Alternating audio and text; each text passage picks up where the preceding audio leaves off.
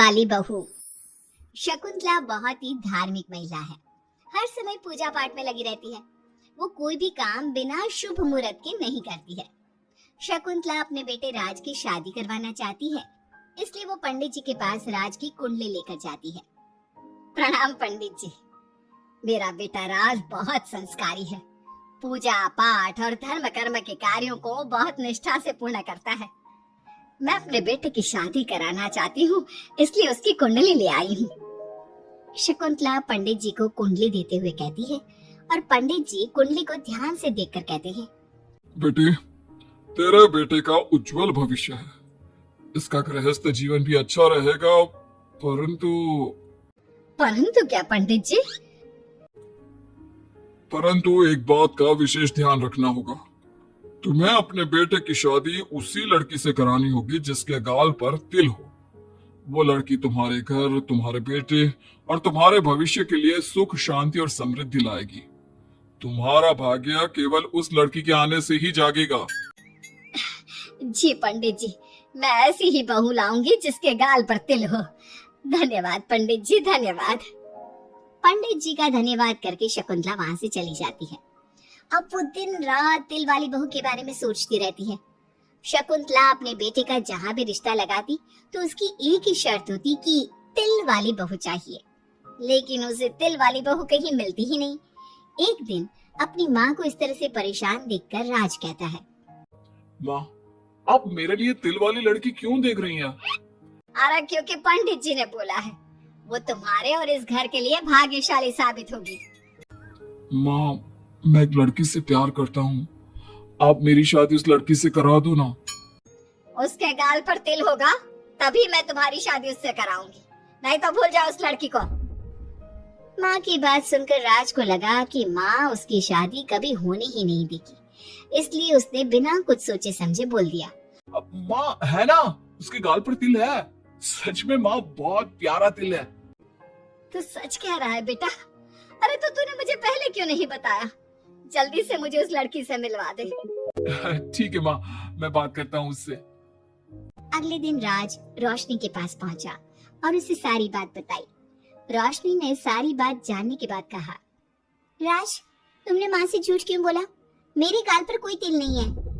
अरे मेरे पास कोई और रास्ता नहीं था रोशनी। उस समय मुझे जो ठीक लगा मैंने किया। अगर मैं ऐसा नहीं बोलता तो माँ मेरी शादी किसी तिल वाली लड़की से करा देती।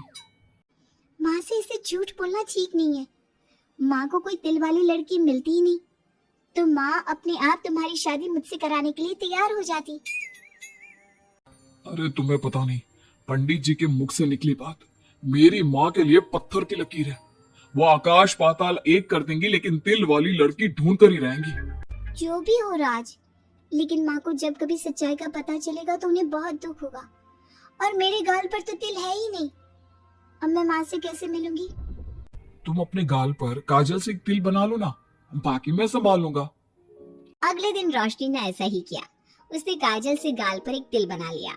इसके बाद राज ने रोशनी को अपनी माँ से मिलवाया, और जब शकुंतला ने रोशनी को ध्यान से देखा तो उसके गाल का तिल देखकर बहुत खुश हो गई और दोनों का रिश्ता पक्का कर दिया।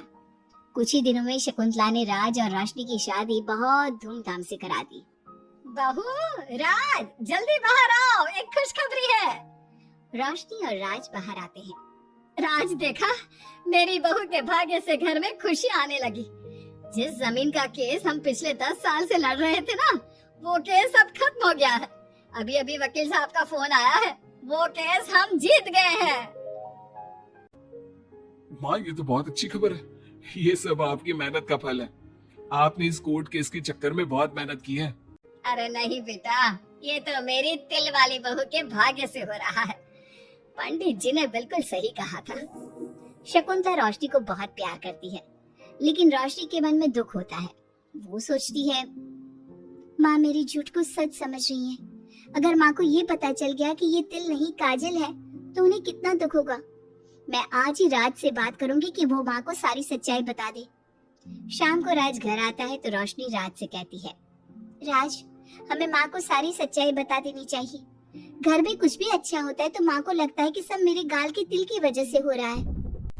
तुम्हारे गाल की तिल की वजह से कुछ नहीं हो रहा। लेकिन हाँ, तुम्हारी वजह से हो रहा है।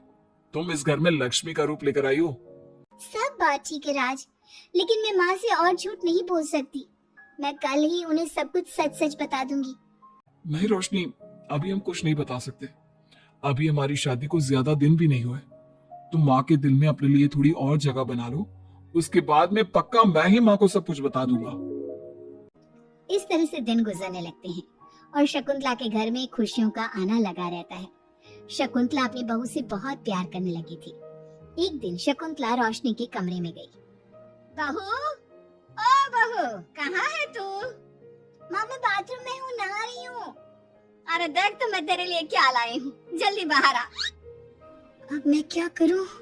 मेरे पास तो काजल भी नहीं है, अब चेहरे पर क्या लगाऊं? राज, तुमने अच्छा फंसाया मुझे।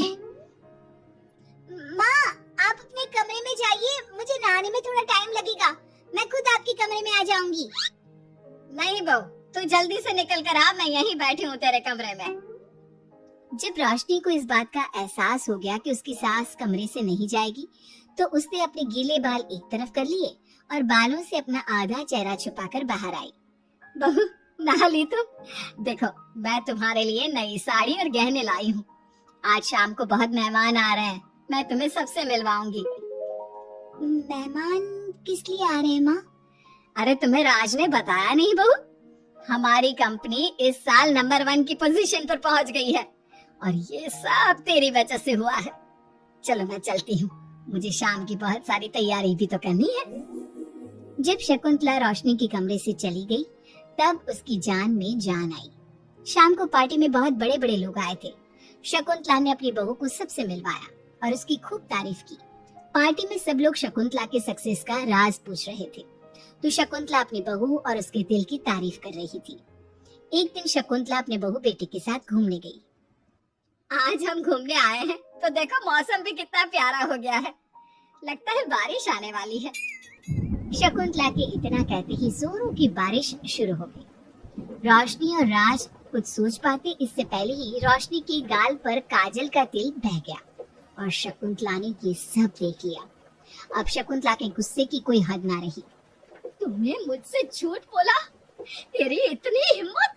कल वही मैंने तुझे इतना प्यार किया, तुझे अपने बेटे से ज्यादा ममता दी और तूने मेरे साथ विश्वासघात किया। मैं तुझे कभी माफ नहीं करूंगी। माँ, इसमें रोशनी की कोई गलती नहीं है। मैंने ही कहा था इसे ऐसा करने के लिए। रोशनी ने कई बार आपको सच्चाई बताने की कोशिश की, लेकिन मैंने हर बार उसे रोक दिया। क्या तूने कहा था? क्यों किया तूने ऐसा? कितना बुरा दिन था वो जब मैंने तुम दोनों की शादी करवाई और तुझे शर्म नहीं आई अपनी माँ को धोखा देते हुए? तो माँ, मैं और क्या करता? अब तो पीछे ही पड़ गई थी तिल वाली बहू के। आपको कोई लड़की भी तो नहीं मिल रही थी और मैं रोशनी को बहुत प्यार करता हूँ, उसके बिना नहीं रह सकता। हाँ। तो अब इसी के पास रहे। मैं तुम दोनों की शक्ल नहीं देखना चाहती। ले जा इस झूठी और मनहूस लड़की को मेरे सामने से। माँ, कल तक तो रोशनी बहुत भाग्यवान थी, आज ये मनहूस हो गई।